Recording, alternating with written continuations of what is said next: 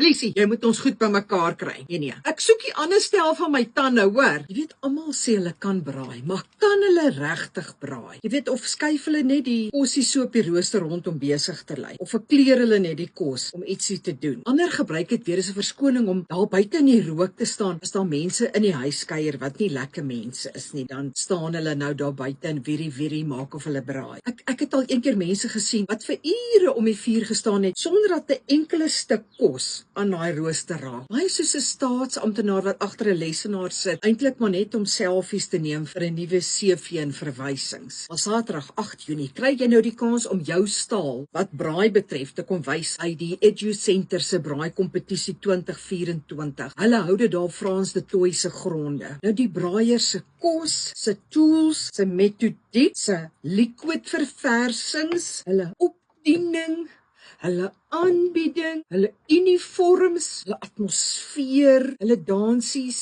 hulle krete en al die dergelike dinge sal beoordeel word. Die hele pakket, jy weet. En onthou, dit gaan nou nie oor klere brands nie. Dit maak nie saak wat se brand dit is nie. Dit gaan oor hoe jy jou klere dra en hoe daai klere aan jou lyf afgeets is. Want kyk, ek sal nou daai deel van die beoordeling sommer myself hanteer. Ek sal ook vra soos, is die braaiers hotter as die vuur? Is die vuur rooier as die braaiers? Is die kos gaarder as die span? Die inskrywingsfooi is R250 per persoon en daar moet 4 persone in die span wees. Nou vir die van julle wat sukkel soos ek, dit beteken die inskrywingsfooi per span is 1000 randjies.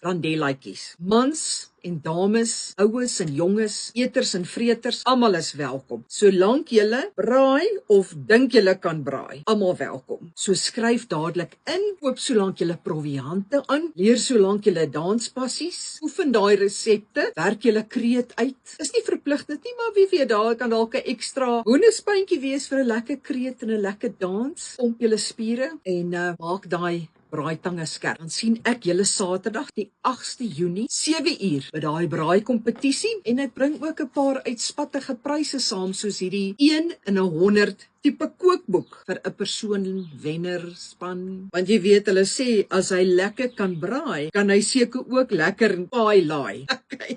Gegroet van Matie.